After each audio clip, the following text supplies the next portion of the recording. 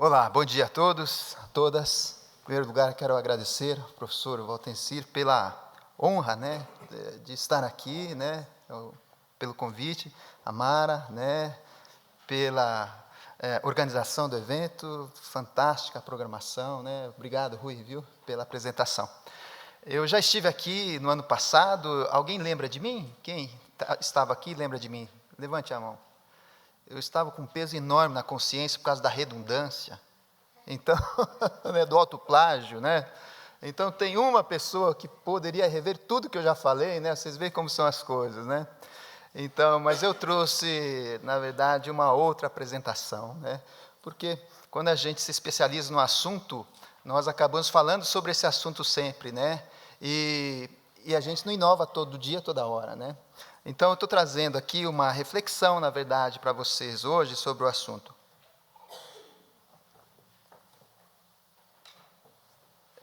Eu gostaria que vocês ficassem bem à vontade para interromper, se assim o quiserem, fazerem perguntas. Quem está assistindo pela televisão, obviamente, vai mandar as perguntas, tá? Ao final, durante, eu posso responder, não tem nenhum problema com isso. Eu coloquei aqui o logo da Fundação Escola de Comércio Álvares Penteado, porque hoje é meu dia de expediente, lá eu estou faltando no trabalho. Então, eu falei para eles, olha, não me descontem, tá?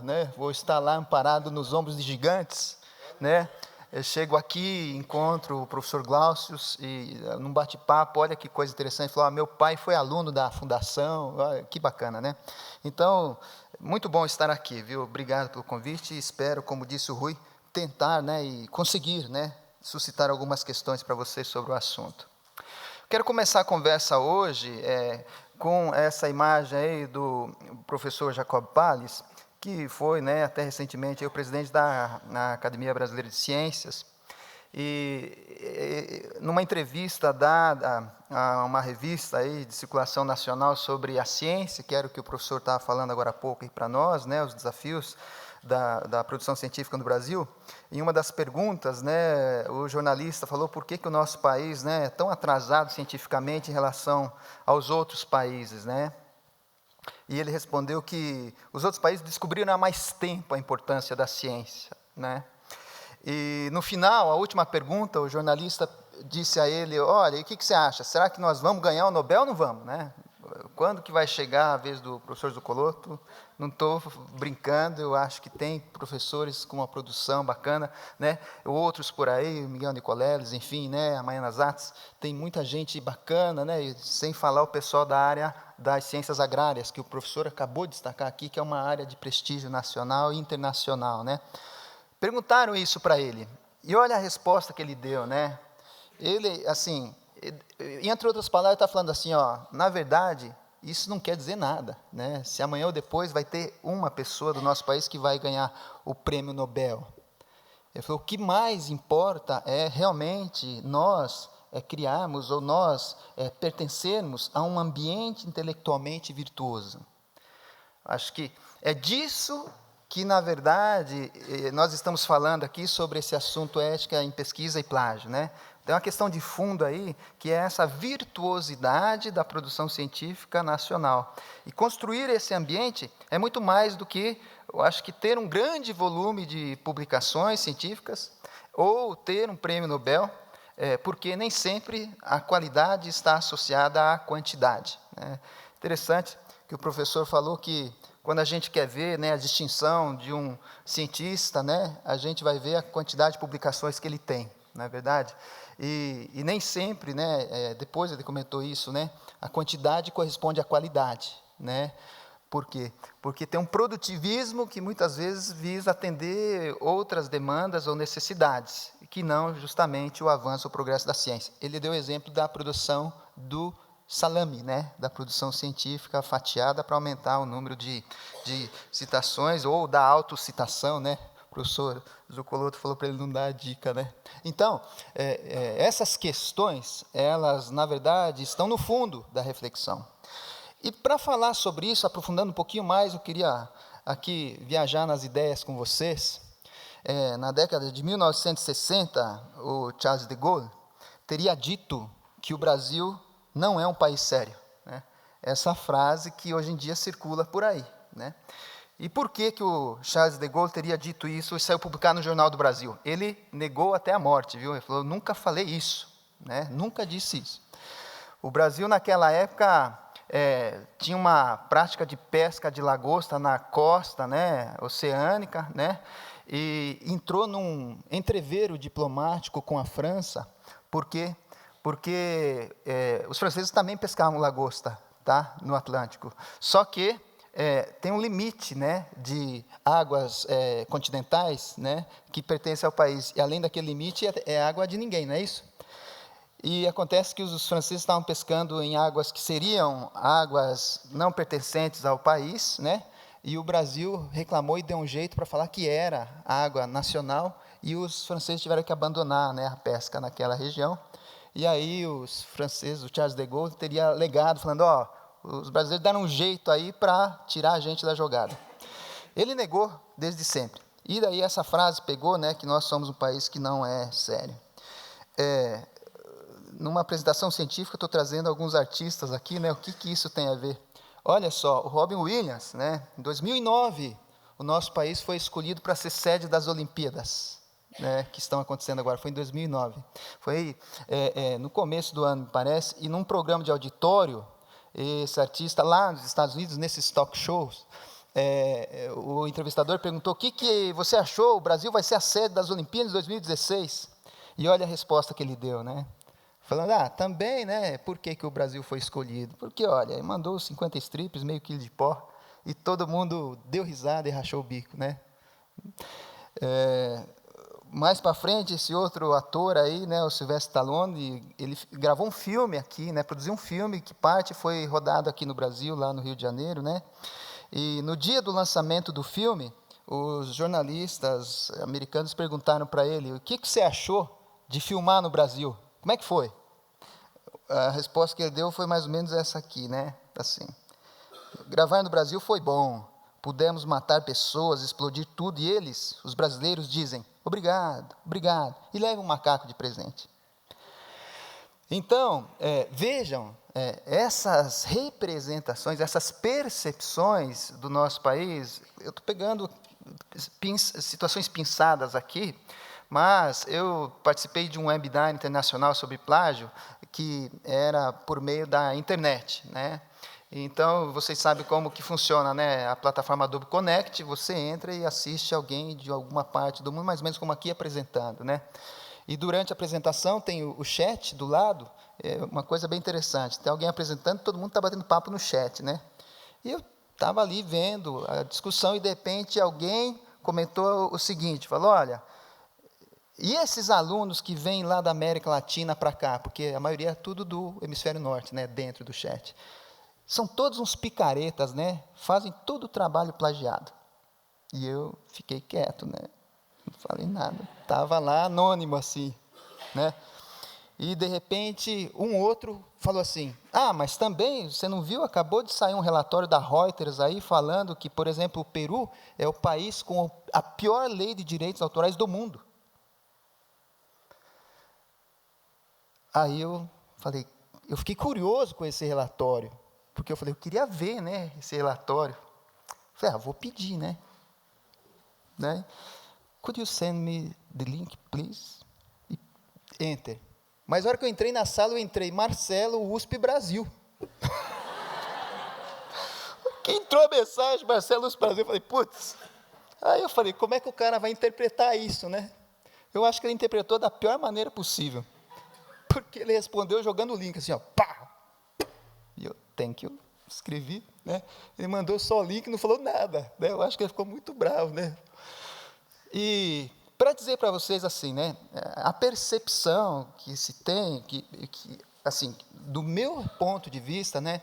É que existe uma imagem, assim, que eu fico pensando, com tudo isso que está acontecendo no cenário da política atualmente, como é que as pessoas enxergam o nosso país, né? E isso prejudica o nosso trabalho de produção científica, por quê? Porque essa representação, ela acaba transbordando as fronteiras, né, da arte, né, e, eu diria, da política, tá certo? E chegam até nós. Olhem só, Nós estamos falando sobre plágio, né? Aqui nós temos 3 políticos, né? Acadêmicos, todos eles acadêmicos e políticos, né? Que foram envolvidos em casos públicos de plágio, tá? Por isso que eu estou mostrando. Bom, o primeiro aqui, famoso, porque repercutiu no mundo inteiro, né? O Karl Theodor zu Guttenberg. Vocês sabem, era o ministro da Defesa da Alemanha, né? E era, inclusive, o candidato da Angela Merkel para sucedê-la como chanceler, né? Ele é doutor em Direito pela Universidade de Bayreuth. Depois, aqui um menos conhecido, mas era presidente da Hungria, o Paul Schmidt, também doutor em Educação Física, com uma tese sobre os Jogos Olímpicos, né? E o último, vocês eu acho conhecem, né? Agora, né, candidato, né, Prefeitura de São Paulo, lá, né, dentro de uma chapa, o Gabriel Chalita, também acadêmico conhecido no nosso país, né, com a produção científica, aí, uma produção de livros, eu diria, né, bem relevante, eu não diria, mas destacada, enfim, vai. Olha só que interessante, esses 3 políticos foram envolvidos em casos de plágio, tá? Há alguns anos. O Karl Theodor zu Guttenberg, que ficou com essa pecha aí, Guttenberg, descobriram que boa parte da tese de doutorado dele tinha sido copiado e colado na tese dele. Hoje, na Alemanha, tem 2 sites públicos, que você pode pegar o trabalho de qualquer pessoa e jogar lá, o site faz o rastreamento e dá o resultado público. Ele foi o primeiro, já caíram várias outras pessoas já. Porque imagina assim, se qualquer um de vocês pudesse pegar a tese de qualquer pessoa e colocar num site que fizesse a busca e desse o resultado para todo mundo saber, né? É isso, tem na Alemanha 2 sites assim, né? Muito bem. E aí o que aconteceu quando o Karl Theodor foi acusado, né, de ter cometido plágio e tal? Olha, não demorou muitos dias, ele renunciou ao cargo, tá, de ministro da Defesa. A Universidade de Bayreuth cassou o diploma dele, rasgou, falou, não vale nada. E eu acho que ele está dando consultoria lá hoje em dia na área de direito, né, pelo prestígio e tal. Mas olha só, o Paul Schmidt, na mesma linha, ó, 2011, 2012, aconteceu igual, né? A mídia, principalmente, né, começa a fuçar na vida das pessoas, descobriram que a tese que ele tinha defendido há uns 20 anos, né, na época, era reprodução de um outro trabalho de uns 40 anos atrás. E aí falaram, ó, isso aqui, ó. Ele, sabe o que ele fez? Ele falou, desculpa, foi mal. E pediu para sair. Renunciou ao cargo de presidente da Hungria, por causa disso, né? Vejam só, né? E o nosso personagem aqui brasileiro, né? Nessa onda, os jornalistas começaram a fuçar, né, na vida acadêmica de algumas pessoas, e mexendo lá na produção do Chalita, descobriram que lá na PUC ele tinha defendido 2 dissertações de mestrado, e que uma delas era praticamente 70% reprodução da primeira, a segunda. E aí foram falar com ele, falar, pô, mas isso eles chamam de autoplágio, isso é redundância. E daí, o que aconteceu? Ele falou, e daí? Né? E daí foram falar com a instituição, toda a instituição falou, não, a gente sabia, mas é uma continuidade do trabalho que ele vinha fazendo e ponto final, não tem nada de errado, né? Não tem como que a pessoa pode copiar de si mesmo, né? Isso não existe. Enfim, e ficou por isso mesmo, né? Porque não teve problema com a instituição, com ele, nem nada. A rigor não há problema nenhum, né? Porque se a instituição, né, diz que isso é permitido, e tem algumas instituições internacionais que não consideram o autoplágio errado, né? Fala, como é que a pessoa que copia de si mesmo pode estar cometendo a infração? Ele tem que pedir direito para ele mesmo, né? Ó, eu vou usar o que você escreveu ontem, né? O alter ego dele, não sei, né? A voz da consciência. Tem instituição que fala, isso não existe, né? Mas, em ciência, como nós produzimos para avançar o conhecimento, a ideia é que, a cada dia, a gente contribua com alguma novidade para o conhecimento se desenvolver, né? Senão, a gente fica fazendo igual o Michel Teló, né? Cantando a musiquinha no mundo inteiro, né? E não avança, né? Então, né? É mais ou menos isso. Mas a gente faz um trabalho assim, você tem que falar, e agora o próximo, qual vai ser, né? porque é isso que contribui para o desenvolvimento científico, né? Então, em ciência, e aí as exigências, hoje tem, por exemplo, sites internacionais, né, o Retraction Watch, que faz um trabalho justamente de vistoriar isso, né? Os trabalhos que estão sendo retratados, e muitos deles por autoplágio. E isso deve ser evitado. Bom, por que eu estou falando tudo isso, né?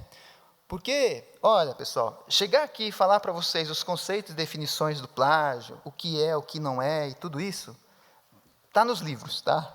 Que eu escrevi, e, na verdade, está nos livros e tem informação. No Brasil ainda não tem muita, mas fora do Brasil tem muita informação. Se você jogar na Amazon, Plagiarism, tem uma biblioteca inteirinha sobre plágio, e coisas muito boas, muito boas. Vou dar alguns exemplos para vocês. Interessante, você fala, esse assunto parece que não é nada, né? Mas tem muita coisa interessante, viu? Então, o conhecer o assunto talvez seja a parte mais fácil. E se eu perguntar para vocês aqui, quem não sabe o que é plágio? Ninguém levantou a mão. A gente poderia ir embora já, né? Se fosse só o conhecimento, estamos perdendo tempo, todo mundo sabe. E é verdade, e todo mundo sabe o que é plágio, não é verdade? Todo mundo sabe. Mas a questão é, muita gente comete plágio e não sabe que é plágio, sabia? Comete plágio sem saber. A gente tem um índice de ocorrência de plágio entre pesquisadores sênior que oscila entre 9% e 17%. Tá? Entre pesquisadores sênior. Eu peguei uma base de indexação na área de negócios, que é a área que eu atuo, né? E usei um software de detecção de plágio em artigos científicos, em papers, né? Peguei um período de um semestre só. Todos os artigos que tinham sido indexados naquela base, eu joguei no detector. Índice de 60% de ocorrência de plágio. Em revistas, periódicos, A2, B1, B2. Né? Na área de negócio não tem A1 ainda, que por incrível que pareça, não tem. Olhem só. Então, vocês falam, não é possível. E você vai ver os exemplos, eu já mostrei aqui da outra vez, hoje não vou repetir. Né? Mas, um índice alto, né? Se você perguntar, mas e qual que é o índice de ocorrência? Depende, né? Na escola de ensino básico é um, na graduação é outro, na pós é outro, e entre os sêniores é outro. Né? Então, olha aí, no mínimo chega em uns 20%. Uns 20%. É bastante coisa, né? É bastante coisa.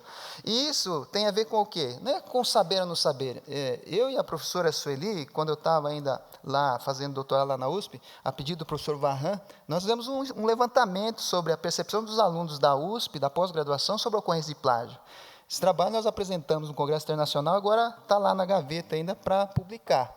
Mas esse relatório foi entregue para a Pró-Reitoria de Pesquisa da USP, na ocasião, mostrando que assim, tem uma correlação que não é positiva entre grau de esclarecimento e prevenção do plágio.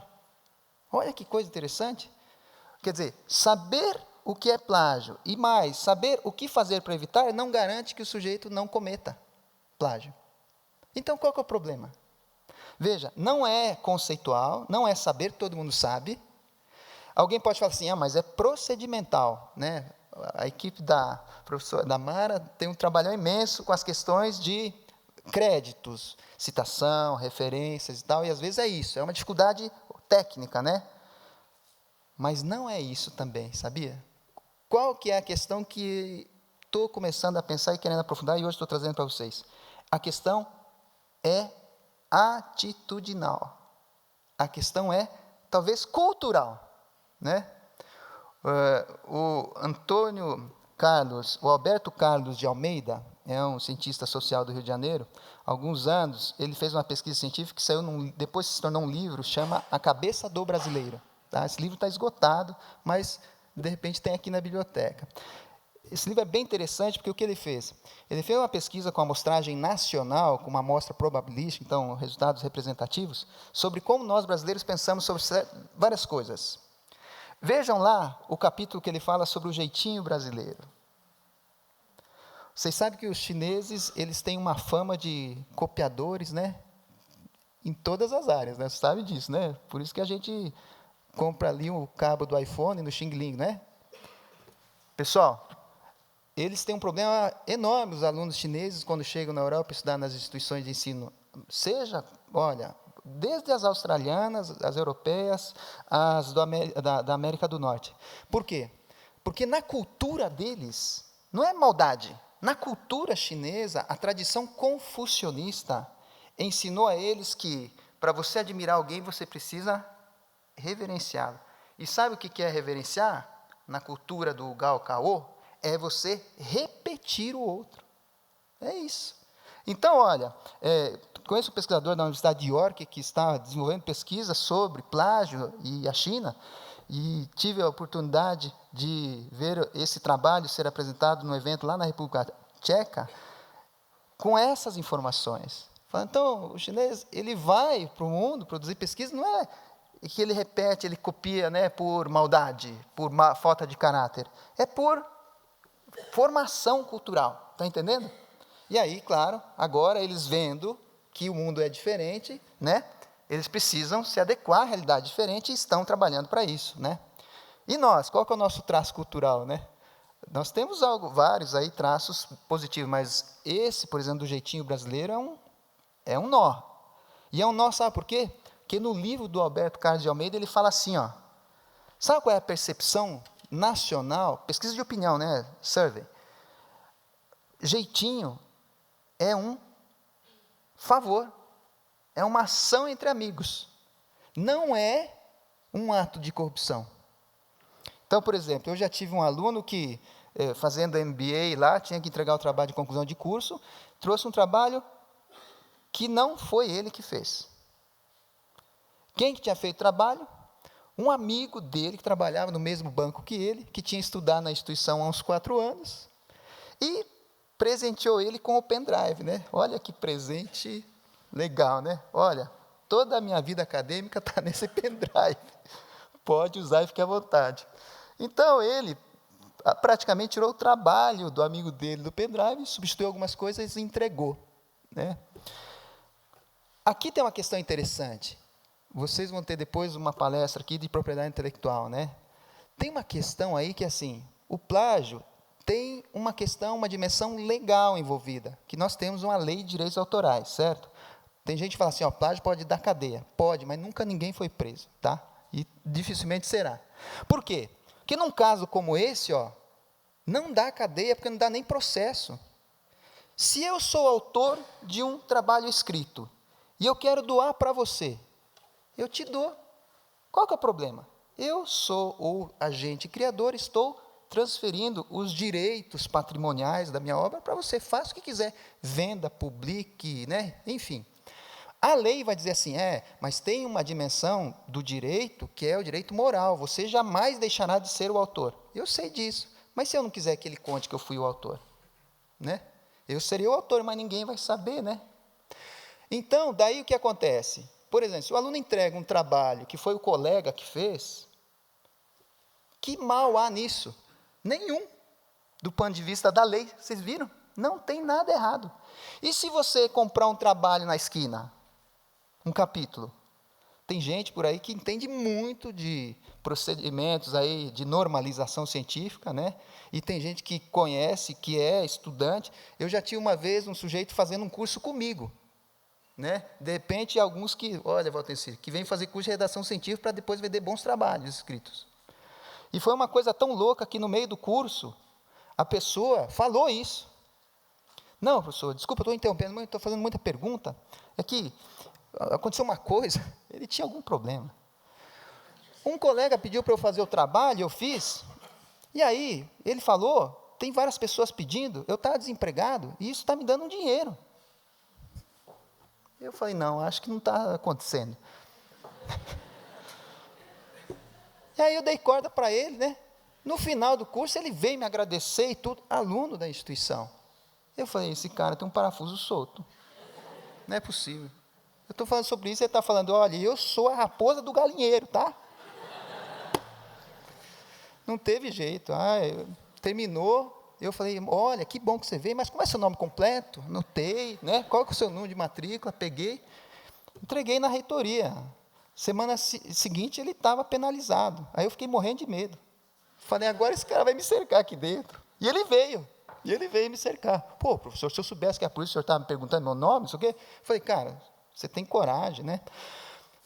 E assim, vira até uma banalização tão grande que parece que não tem nada demais, né? É normal, poxa. Você sabe que nós já tivemos casos públicos de plágio com estudantes aqui de pós-graduação na nossa universidade? Eu falo, nossa, porque me sinto parte da USP ainda.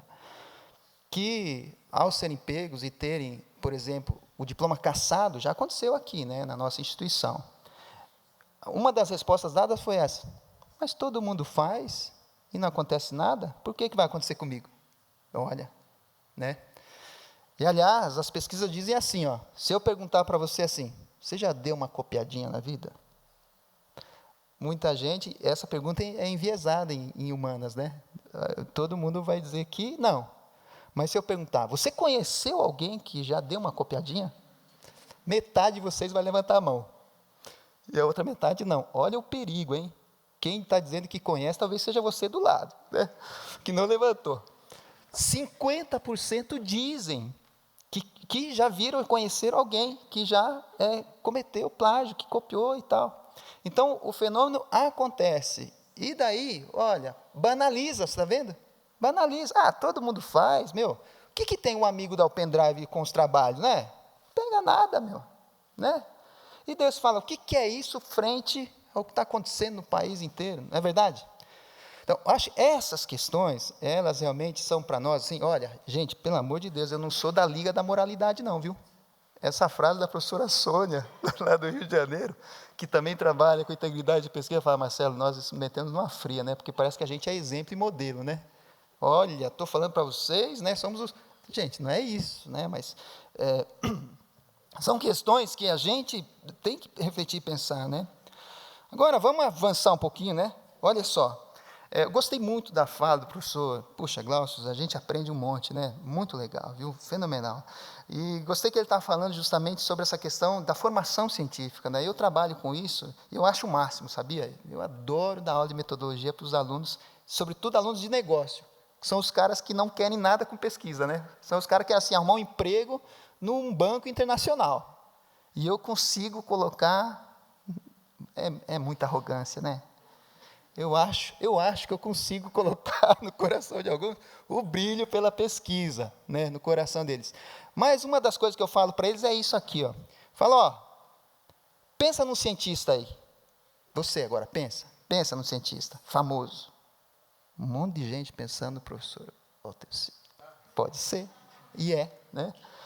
E mais os colegas que estão aqui. Pensou num cientista famoso? Ele vai aparecer aqui nessa tela, ó. Talvez alguns tenham pensado, não nesse, mas alguém parecido com esse.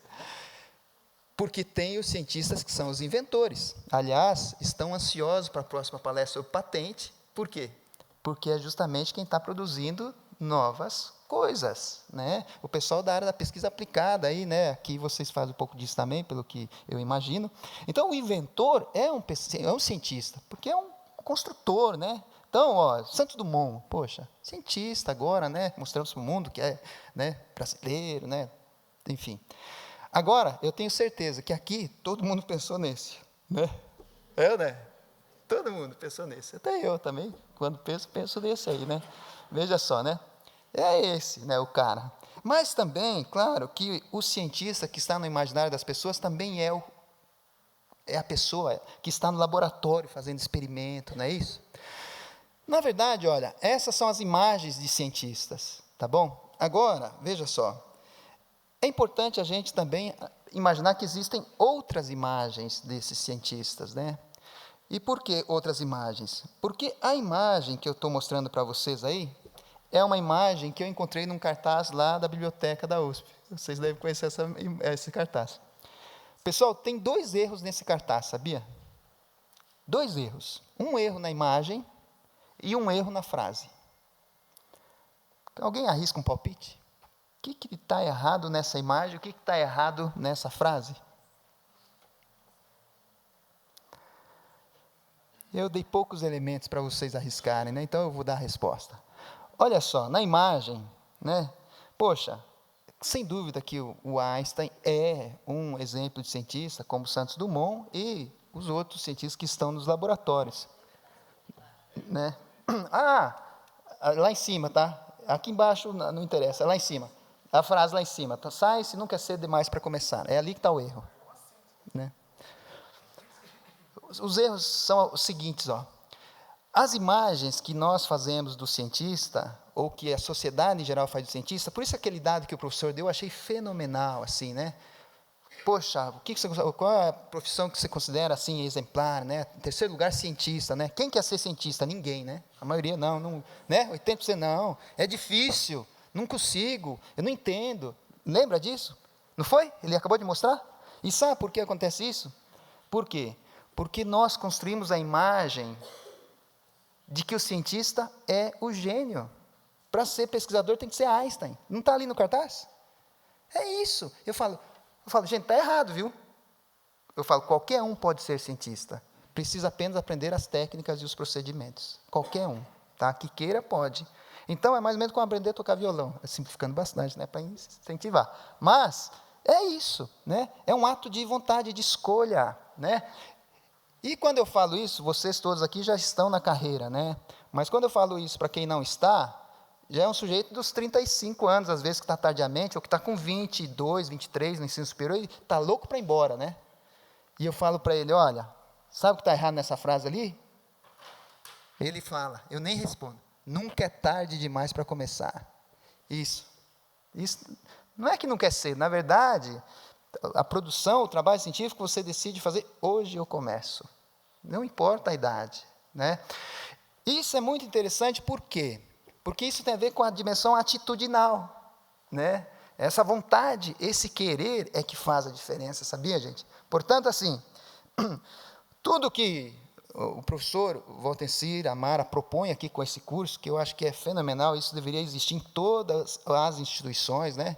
Nós divulgamos lá na fundação, teve aluno lá que se inscreveu e nem viu que era aqui em São Carlos, né? Falou, poxa, mas é em São Carlos, ficou louco para vir, né? Muito legal. Isso instrumentaliza, é necessário. Mas, além disso, precisa ter, assim, o atitudinal, né? A vontade de fazer a coisa certa, ou fazer a coisa conforme é o script. E aí, olha que legal, né? Essa matéria saiu há alguns anos na revista, e eu achei bacana, porque assim, né? Quem são os heróis, né, que a gente tem? São os jovens pesquisadores. Olha que incentiva a pesquisa, né? E o mais legal, né, que assim, o que aparece ali, né, ó? Químico, psiquiatra, médico, matemático, neurocientista, tinha que ter um físico ali, né? Pô, é mesmo? Fiquei pensando nisso. Sim, que legal. Olha só, pessoal, eu gosto, acho isso muito legal, porque se a gente vai nessa coisa do clichê, que o cientista tem que ter um estereótipo, a gente fala muita besteira, não é verdade?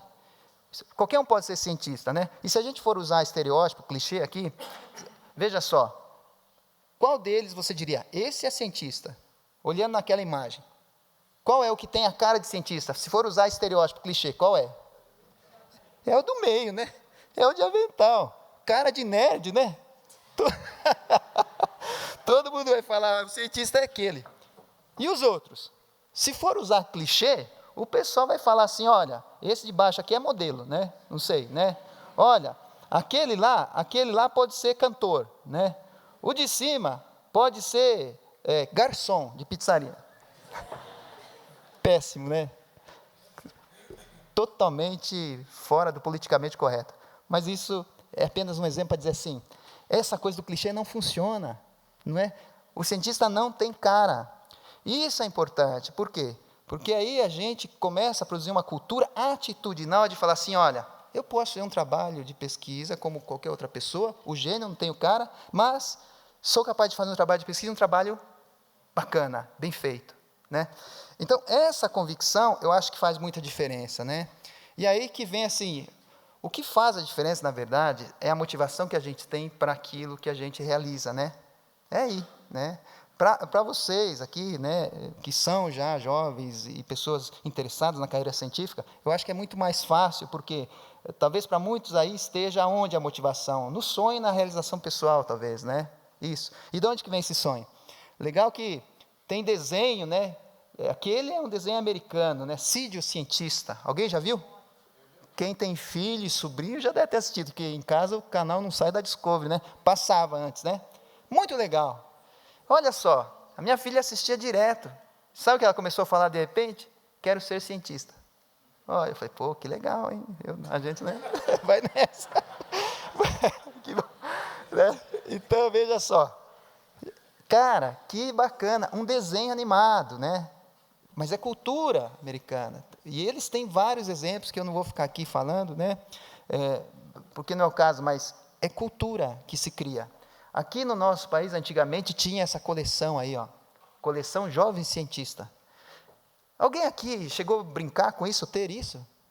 Olha, que legal. Lá também, que bacana. Pouca gente, né?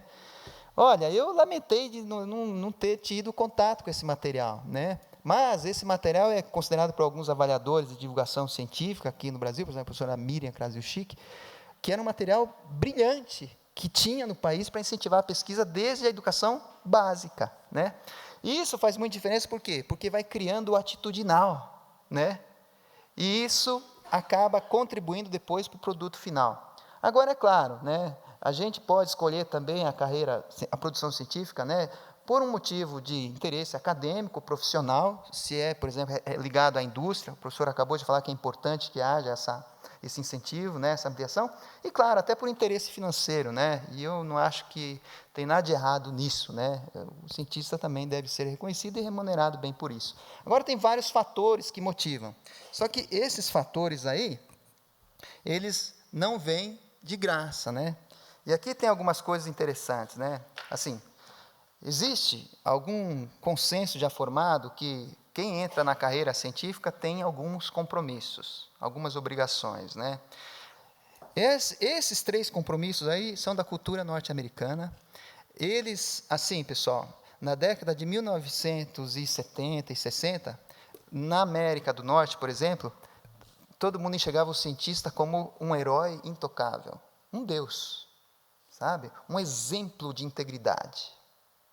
Até que na década de 1980 começaram a aparecer alguns casos de pesquisadores, por exemplo, de Harvard, de Yale, com envolvimento em fraudes, plágio, fabricação de dados, falsificação de dados. E isso repercutiu de maneira bastante chocante. Qual foi a reação imediata? It's just some bad apples. Isso é exceção. Isso é um perigo. E lá, naquela época, formou-se um debate, por quê? Um grupo falando assim, é só alguns, porque foi só esse que nós vimos. E os outros que nós não vimos? Não é? É isso. Qual é o índice de ocorrência de plágio? 20%. Bom, 20% é o que a gente sabe, né? E o que a gente não sabe? Pode ser mais ou menos. Então, abriu-se a discussão lá e, veja, na década de 1980, 3 associações de pesquisa importantes norte-americanas estabeleceram, assim, alguns parâmetros para a conduta científica íntegra, né, ética. E isso, por exemplo, foram 3 obrigações básicas que eles apresentaram. Primeira, os pesquisadores têm a obrigação de honrar a confiança que seus colegas depositam neles. Tem uma coisa em ciência que é bem legal, né? A gente faz o que quer e quem é que controla o que a gente faz? Você fala, tem o double review. Mas é só isso, né? É assim, o paper que você submete vai para 2 revisores e esses caras têm que ter, olha só que responsabilidade, que compromisso, né? Ser capazes de dizer, olha, isso está perfeito ou não. E o que eles fazem para dizer que isso está perfeito ou não? Eles confiam no autor que está submetendo, ou nos autores, né? Porque eles não replicam aquilo, não é verdade? Tudo está descrito de uma maneira coerente, né? Eles falam, não, fez tudo certinho. Só que não vai fazer a comprovação para ver. Então, a ciência ela é construída em cima de um edifício de confiança recíproca. Olha, eu acredito que você fez isso e que deu certo. Não é? E aí fala, então publica. Olha, pessoal, tem uma história recente aí na área das humanas que virou até uma publicação chamada Imposturas Intelectuais. Conhece, né? Não? Essa vale a pena dar uma olhadinha, viu? 2 pesquisadores, aqui eu vou falar uma coisa aqui contra a minha área, né? Mas que é a realidade, né? Assim, Na área de humanas, um tempo, a gente começou a emprestar alguns conceitos da área da física e discutir alguns conceitos da área de humanas, né? E o que aconteceu, né? Assim, nem sempre esses conceitos da área da física eram bem aplicados na área de humanas. Então, dois pesquisadores americanos fizeram uma coisa feia. Eles escreveram um artigo, eles simularam um artigo científico e mandaram para uma revista chamada Social Test, uma revista bem conceituada internacional. Isso que eu estou falando para vocês está descrito no livro Imposturas Intelectuais. E esse artigo foi aprovado para publicação. Um tempo depois, eles mandaram um artigo para o editor falando assim, olha, naquele artigo está escrito um monte de bobagens. Aquilo não tem cabimento e vocês aprovaram para publicar. Veja como o nosso processo, né, de avaliação científica é falho. E foi péssimo, porque assim, foi uma impostura, né, que eles fizeram. Né? Eles fizeram uma pegadinha, e a pegadinha pegou, e ficou muito chato, né, para a ciência e tal. Mas eles, depois, na discussão, assim, levantam que a ideia qual era? Era mostrar a fragilidade da ciência para que a gente busque mecanismos de aprimoramento. Né?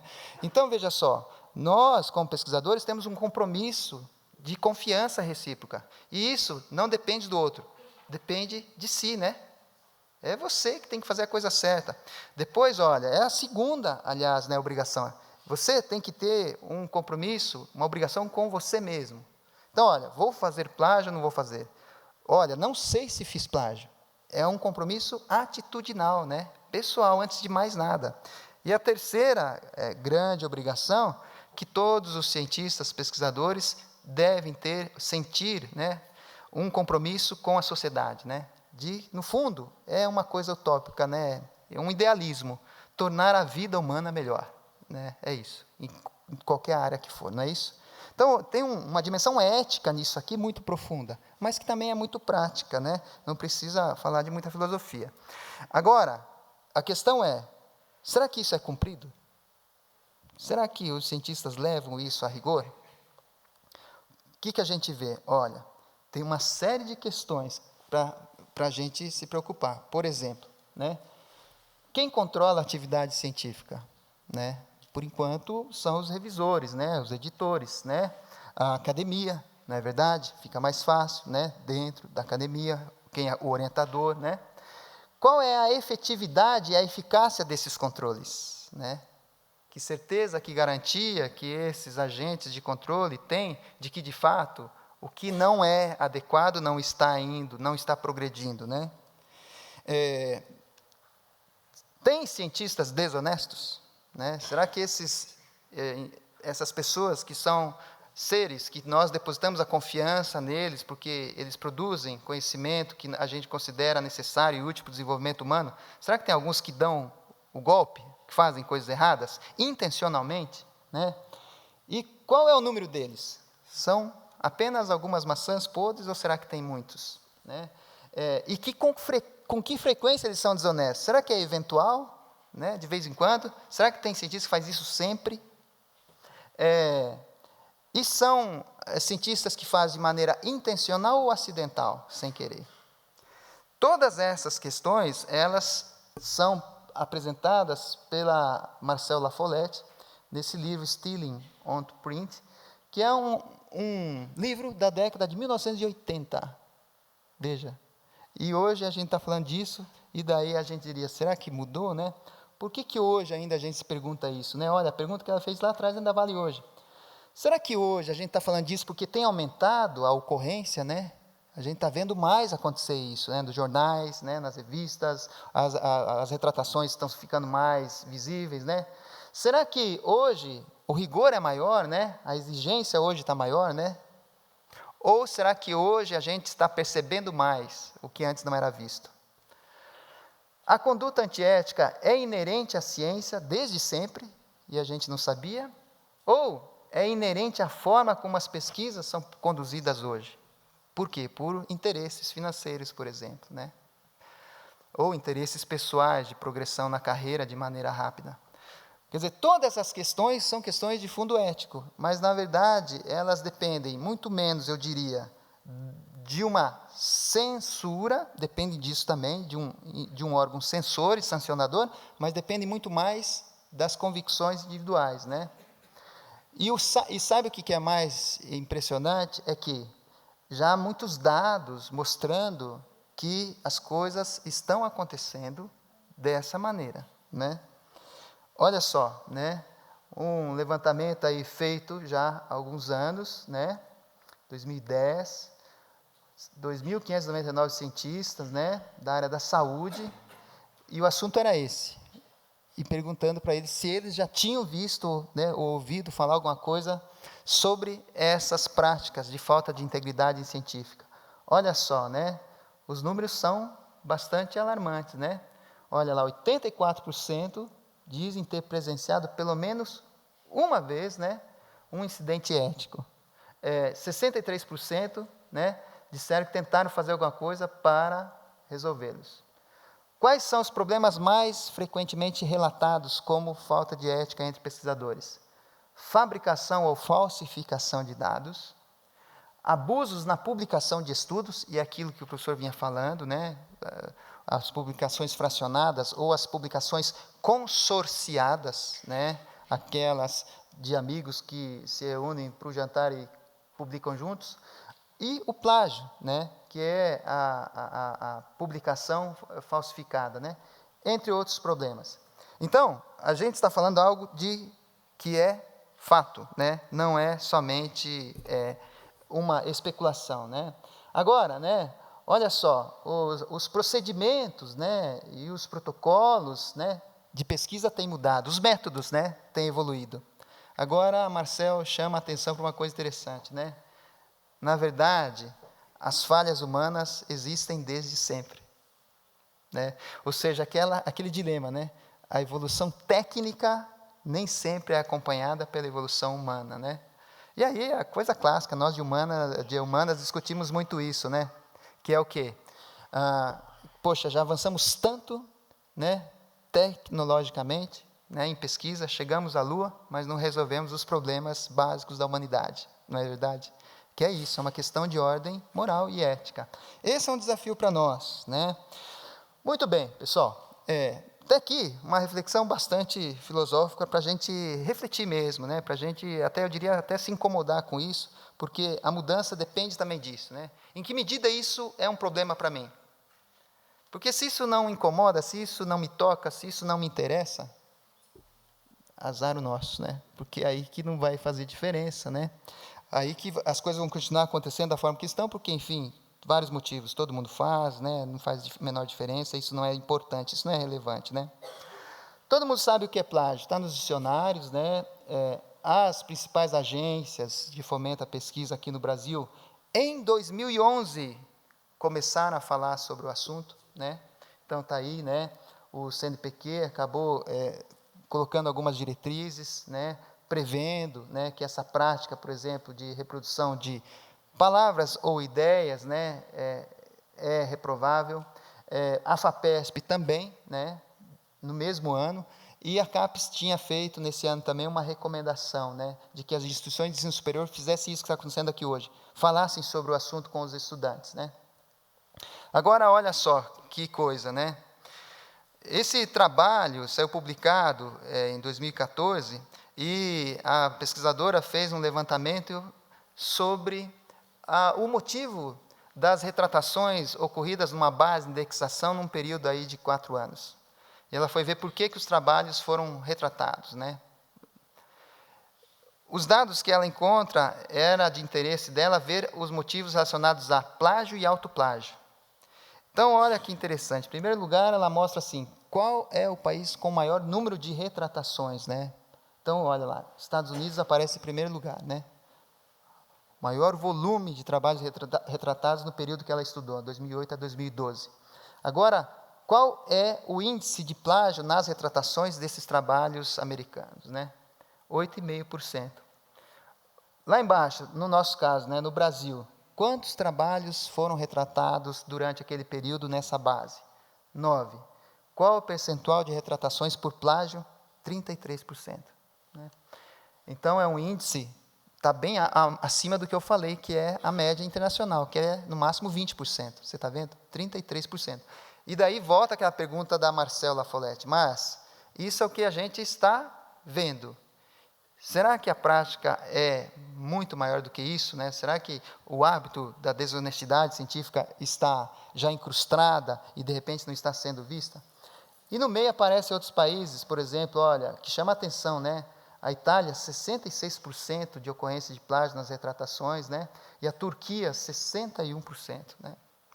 E na coluna do lado, ela colocou a publicação duplicada, né? Que seria o quê? Né? A redundância, o autoplágio, né? Então, tem índices um pouco menores, né? De publicação duplicada. Em geral, isso, nas instituições de ensino, é considerado junto, tá? Redundância, autoplágio e plágio, é tudo considerado uma modalidade de plágio. Agora, isso aqui são alguns tipos de plágio, né? A gente sempre acha que plágio é copiar e colar. Só isso. Isso a gente evita, né? Muita gente fala, não vou copiar e colar. Mas acaba cometendo os outros tipos de plágio, né? E um detalhe, né? Hoje tem detector de plágio. Só que o detector, ele só pega o Ctrl+C, Ctrl+V. Os outros tipos de plágio ele não pega. Então, olha quanta forma existe de cometer plágio sem que o detector note, né? Eu gosto de dar esse exemplo aqui, né? Que é um exemplo bastante específico, que praticamente esse detector não pega, e, na verdade, o que a gente vai falar aqui, a Mara vai olhar torto aqui para mim, porque é uma coisa que a gente não ensina, né? Outra dica que a gente não dá para os alunos, né?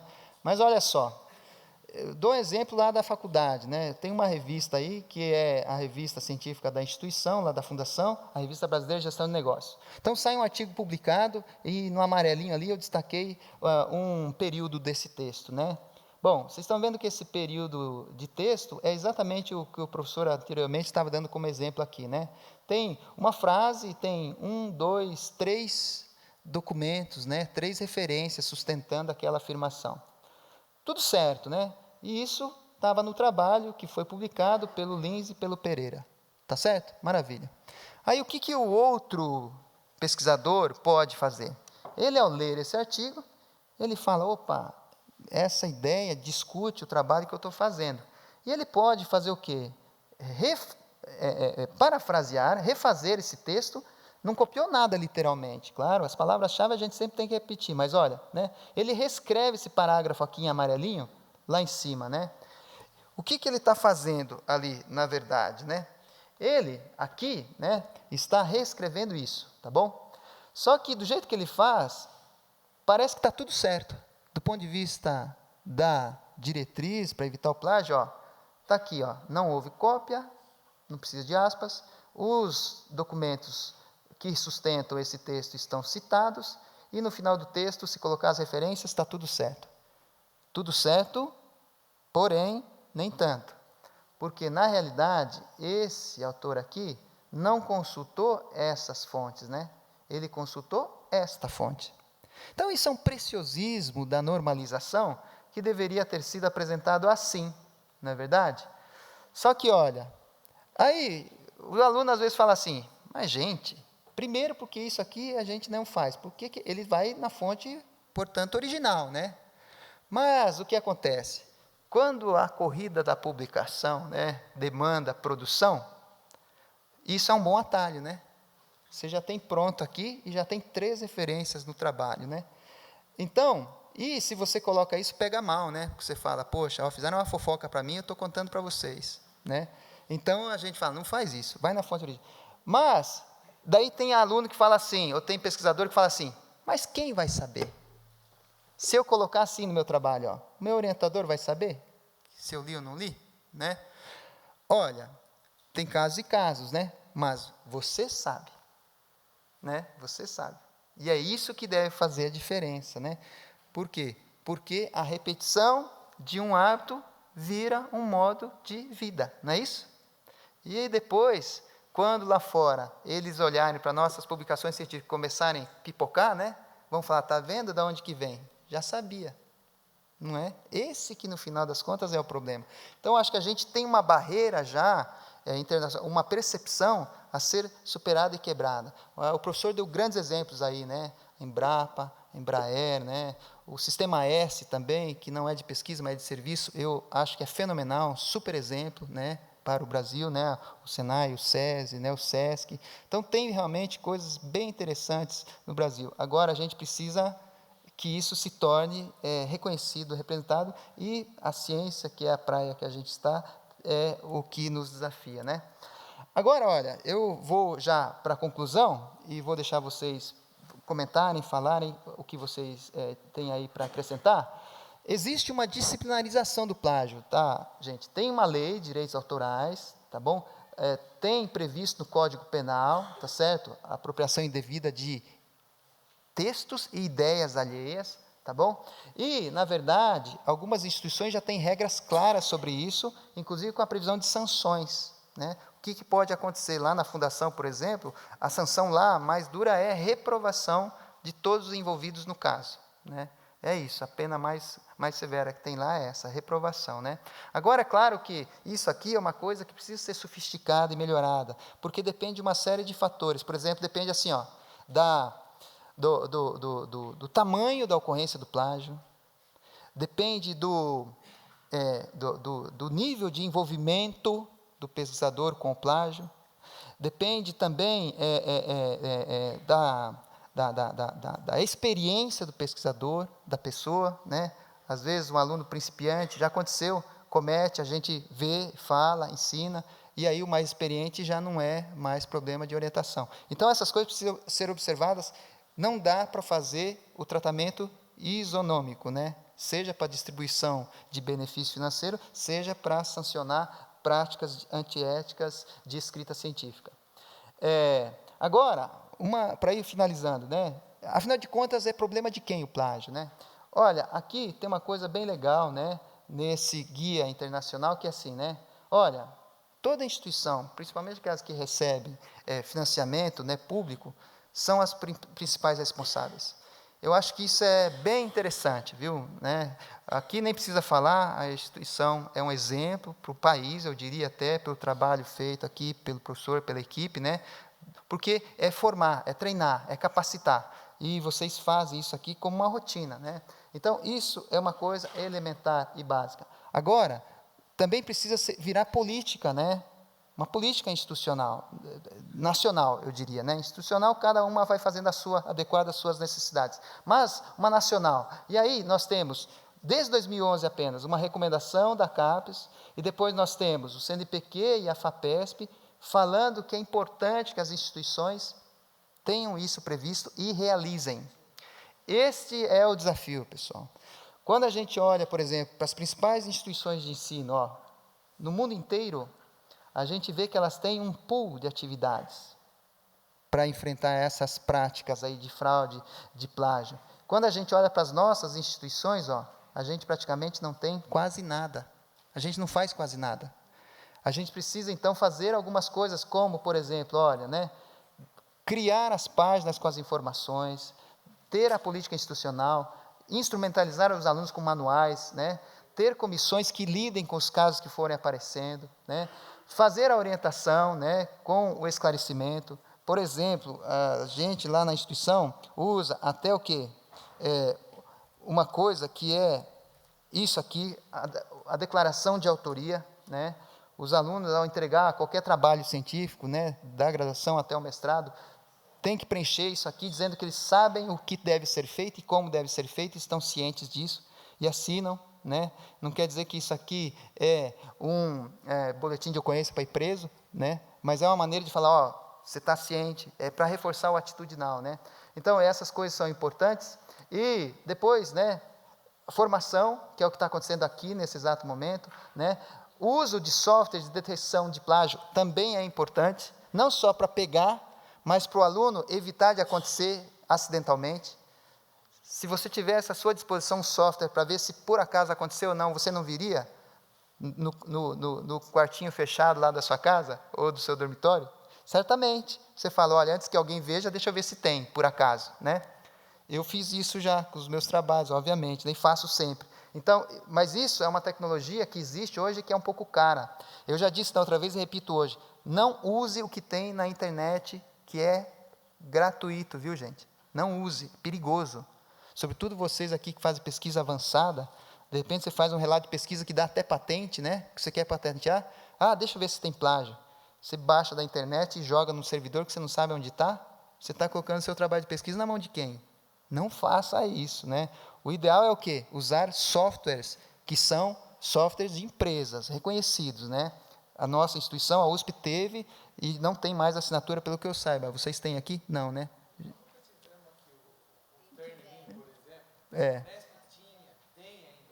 Para você ver como é que é. Então, exato, faltou dinheiro, né? E é caro. Mas tem a possibilidade de você usar do seu bolso, viu? Se você quiser usar do seu bolso, tem um site que é writecheck.com. writecheck.com, tá? Você consegue usar, que é a mesma empresa do Turnitin, tá? Enfim, tem uma série de coisas aqui, tá? Que os alunos podem fazer, né? Que é o atitudinal. As instituições, por outro lado, podem também fazer, e ambos, né? Ambos, os dois podem também cumprir. A gente já falou disso mais ou menos aqui. A última coisa que eu queria falar para vocês, pessoal, é o que não é plágio, viu? A gente fica falando às vezes sobre o que é plágio, o que é plágio, o que é plágio, cria até um pavor, né? E também o que não é. Olha, se a gente vai pela lei aqui, ó, tá vendo? Ó? Pessoal, a gente pode utilizar informação e reproduzir, tá certo? Desde que a gente cite o autor, tá bom? E dê o crédito devido, né? Isso pode ser feito, inclusive, assim, ó, citação em livros, jornais, revistas ou qualquer outro meio de comunicação, de passagens de qualquer obra para fins de estudo, crítica ou polêmica, na medida justificada para o fim a atingir, indicando-se o nome do autor e a origem da obra. Então, a gente pode usar informação, qualquer que seja, e apresentar com finalidade educativa, né? Porque se a gente entrar, por exemplo, a lei vai falar assim, ó, você pode usar parte da obra, viu, Marcelo? Mas você não pode usar a obra inteira. O que é parte da obra? Se for uma música, eu posso usar 10 segundos, viu? Gente, quantos segundos leva a cantar parabéns para você no aniversário da minha filha? Sabia que se eu for cantar parabéns com um grupo de vocês, né, amigos, na festa da minha filha, eu vou ter que pedir autorização antes para a Warner? Sabiam disso? Se eu for cantar mais do que 10 segundos, eu tenho que pagar direito autoral do parabéns a você, que não é obra em domínio público, viu? A família da senhora que fez a versão brasileira de parabéns para você, recebe os direitos autorais até hoje, viu? Execução pública de parabéns para você, tem que pagar o ECAD. E se a gente quiser usar, tem que pedir autorização, né? Então, tem algumas coisas que chegam também num limite assim do absurdo, e daí nós temos aqui uma brecha para falar assim, olha, com a finalidade educacional a gente usa, né? E isso é importante, mas é uma questão polêmica. A questão do uso de imagens, né? Olha esse trabalho aqui, que virou uma repercussão nacional, né, com uma colega aqui da instituição, que acabou reproduzindo imagens de um trabalho que tinha sido previamente publicado, né, e ela não deu a fonte. E isso virou uma denúncia, uma repercussão nacional, e teve um desfecho bem negativo, bem ruim, né, para as pessoas envolvidas. O que faltou aqui, ó? Só faltou isso, né? Colocar aqui, ó, uma linha, a fonte, né? Por exemplo, o autor, data e a referência. Só isso. Faltou isso, virou toda uma polêmica. Então, a gente pode utilizar imagens? Tá? Pode, dando o autor e a fonte. Agora, assim, imagens comerciais. Vocês viram que no começo dessa apresentação eu coloquei uma medalha do Prêmio Nobel. Não coloquei? Olha, aquela imagem eu peguei no Google. A rigor está errado, sabia? Está errado a rigor. Por quê? Porque é uma imagem que tem uma finalidade de uso comercial. Não é porque está no Google que você pode usar, entendeu? Agora, o que acontece? Eu estou utilizando aqui com uma finalidade educacional. Eu não estou ganhando com isso. Não estou tendo lucro com isso, não é verdade? Então, olha, o que se considera um uso, né, aceitável, né? Qual é o propósito? Por que você vai utilizar, né? Então, olha, tem uma diferença do uso comercial e do uso educacional, né? Outra coisa, né? Qual é a natureza do trabalho original, né? Claro, uma fotografia tem um problema sempre, viu? Porque a fotografia é feita por um profissional para comercializar aquela imagem.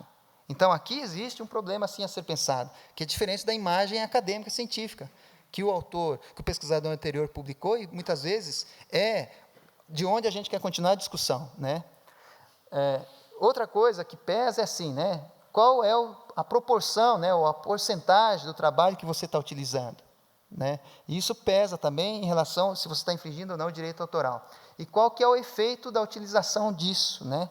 Que muitas vezes, assim, você está prejudicando financeiramente a pessoa, que é o criador, se há prejuízo econômico para ela, talvez aí você pode ter problemas. Em geral, o que é aceitável? Assim, ó, você reproduzir parte de obras. Parte de obra é o quê? Trecho de música, um trecho de vídeo. Não é foto e tirinha.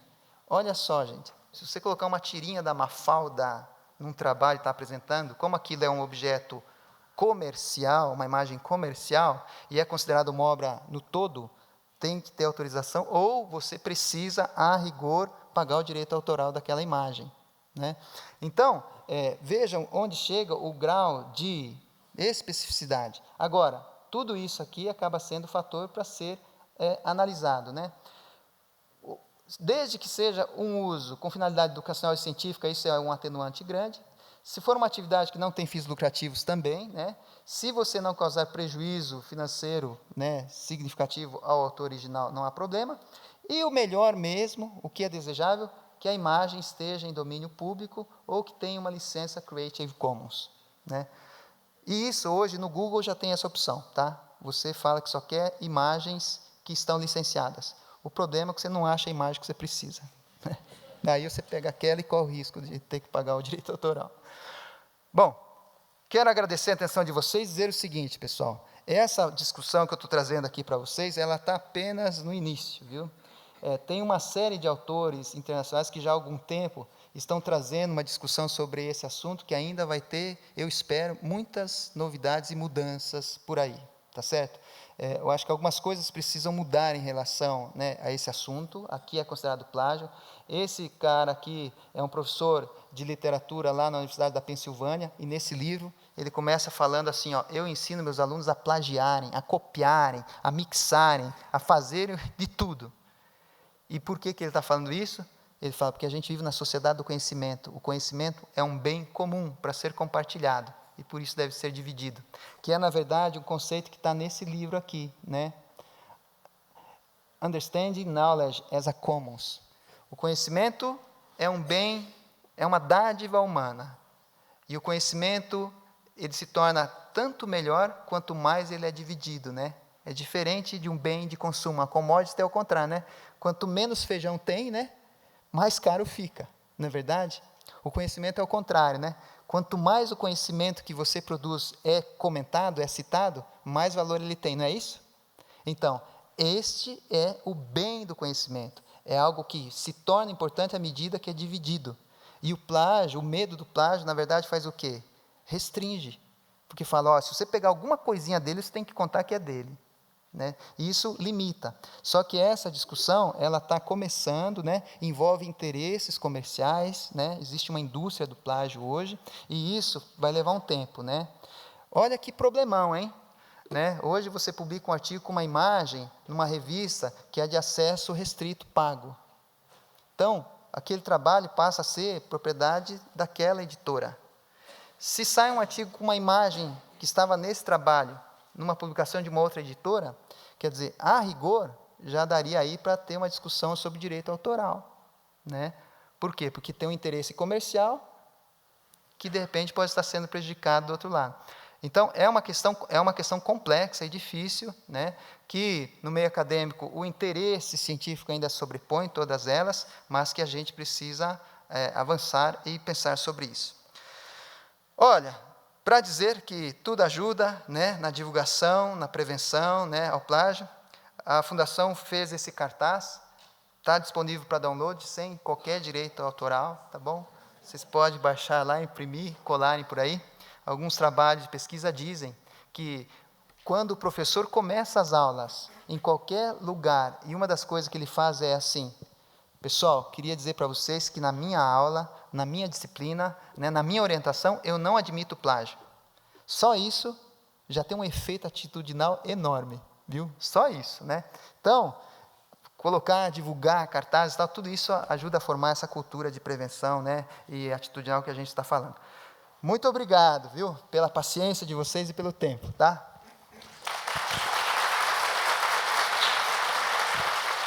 Muito obrigado, professora. Tempo para 2 questões. Opa, 2 braços levantados. Esgotou. Bom dia. Excelente discurso. Eu tenho uma observação e 2 perguntas. Eu fiquei espantado com o índice de fabricação de dados e resultados, também porque o plágio ainda tem a questão do dolo, se teve, não teve, mas fabricação de dados e resultados, eu acho que a pessoa é 100% culpada, eu acho que... E é muito triste ver aquele número muito alto. A primeira coisa que eu ia perguntar é que, por exemplo, em questões de introdução, quando a gente está fazendo um paper, um artigo, normalmente a gente está inserido num grupo que ele tem uma linha de pesquisa, seja de um organismo, seja de um determinado objeto de área, alguma coisa assim, e essa introdução tende a ser repetida, muitas das vezes, nos artigos que saem daquele grupo. Como evitar, assim, a gente está andando numa linha que pode ser simplesmente, a introdução tem que ser assim, para dar uma introdução mesmo, um começo, ou é um plágio? A gente acha que, para mim, é um pouco nublada essa linha, o que é seguir a tendência daquele grupo e o que é plágio. Você sabe que tem uma questão aí que está se tornando um dilema, né? Tem a crítica ao autoplágio e, ao mesmo tempo, a autocitação é um interesse pessoal de aumentar o índice, né, de visibilidade, o índice H. Então, essa história, assim, é um problema mal resolvido. Então, cita ou não cita? Se eu citar a mim mesmo, vão falar que eu estou querendo me aparecer. Se eu não citar, eu estou cometendo autoplágio. É um nó. É um dos problemas decorrentes da complexidade do assunto, mal resolvido. Então, é uma coisa ou é outra, né? E o que é recomendável, vou dizer assim, o que eu tenho visto é melhor pecar pelo excesso do que pela falta. Tá? Se você citar sempre, mesmo que seja repetido, não há problema. Você pode ter problema se você não citar. Então, o recomendado faça a fundamentação como é pedido pela instituição ou pelo periódico aonde você está querendo publicar, né, o evento, enfim. Siga as regras que são dadas. Isso é importante. O problema, às vezes, é que, aqui, por exemplo, nos periódicos da área de negócios, a gente já observou que essas regras não estão claras em relação a isso. Então, é preciso dizer claramente o que se espera e o que se quer. E aí, seguir o que é dito, viu? Eu recomendo. Eu digo para os alunos sempre assim, peque pelo excesso, cite. Eu acho mais importante do que correr o risco de ser depois, né, jubilado, né, por uma falta. Tá? Muito bem, a última pergunta. Obrigada. Bom dia, professor. Bom dia. Eu gostaria de saber como conduzir esta situação, que eu vou exemplificar. É muito comum o uso de fotografias em estudos com crianças para conduzir o discurso, as entrevistas. Eu trabalho com fotografias para conduzir certas respostas da criança, fazer com que elas tenham um determinado entendimento, então utilizamos as fotografias. No paper, nós não divulgamos as fotografias utilizadas na coleta de dados para conduzir a entrevista. No entanto, nós fazemos a descrição de como essas fotografias, para que outros autores que queiram replicar a forma de coleta de dados possam buscar fotografias semelhantes. E há uma grande discussão em relação a essas fotografias, porque elas são buscadas no Google, porque as fotografias são tão específicas diante da nossa questão de pesquisa, nossa questão de entrevista, que é complicado encontrar fotografias que tenham direitos autorais. E também por conta do custo. Então, eu posso utilizar essas fotografias disponibilizadas no Google, no entanto, não faço nenhuma divulgação pública delas, além com as crianças, claro. Olha, essa é uma questão bem complexa, viu? Porque pesquisa envolvendo seres humanos, pessoas, antes de mais nada, preciso passar por um comitê de ética em pesquisa, né? E ter o envolvimento das pessoas, né? ter um termo de consentimento livre e esclarecido que elas estão fazendo parte do estudo. Se são menores, né, aí aumenta ainda mais, né, a exigência e o rigor. E o uso de imagem daí depende ainda de autorização, né, de sessão de autorização. Então, eu acho que tudo isso tem que ser cumprido para você usar. Agora, fora isso, até onde eu consegui entender, o uso de imagem é assim, é aquilo que eu acabei de falar. Se as imagens são divulgadas publicamente, não serve, viu? Você não pode pegar e usar. Você tem que ter autorização da pessoa. Olha, eu tive num evento lá na Federal do Paraná, viu? Só advogados falando sobre direito autoral. Eu vi algumas coisas que eu fiquei impressionado. Alguns advogados falando que estão lidando com ações só de rede social. Eu não uso muito, por exemplo, eu não uso Facebook, mas ele fala assim, se você reproduz uma imagem de alguém na sua rede, a rigor você tem que ter autorização daquela pessoa para reproduzir a imagem dela. E se você não tem, a outra pessoa pode te processar. Olha que loucura, porque ela não te deu o direito de imagem. Nós fizemos uma foto lá, em Porto Seguro. O Valdecino me deu por escrito a autorização de uso de imagem dele. Nem o professor Rui Seabra. Se eu publicar aquela imagem, ele pode me processar, falando assim, olha, você está usando a minha imagem sem autorização. Você está entendendo como, do ponto de vista do rigor da lei, é bem limitante? É bem limitante. Então, imagina, em relação a quem você conhece, já tem essa exigência. E a quem você não conhece? A quem você não conhece. Então, é bem complexo, viu? Né? É bem complexo. E isso é uma questão que, assim, em outros momentos, talvez poderia acontecer de forma bastante tranquila e natural. Hoje já não é. Porque o que acontece? Você está fazendo um trabalho de pesquisa que depois você tem que mostrar os dados da sua pesquisa. E hoje tem uma exigência que o seu trabalho tem que ir para uma publicação, né, aberta. Né? Você tem que, por uma exigência normativa da CAPES, o seu trabalho tem que ser público. Né? Então, não vai ser um uso restrito. Não dá para você também falar assim, não, vai ser só dentro da instituição. Não. Depois ele tem que ser público. E daí como é que se apresenta o trabalho sem os dados, né? Sem as imagens? Por respeito à reserva, né, das pessoas. Está entendendo? Então, acho que você tem um problemão aí. Né? E eu não tenho a resposta. Eu não tenho a solução, infelizmente. Mas é um problema. Muito bem, gente. Vamos agradecer mais uma vez ao professor Marcelo Crocossi. Muito obrigado, viu? Muito obrigado.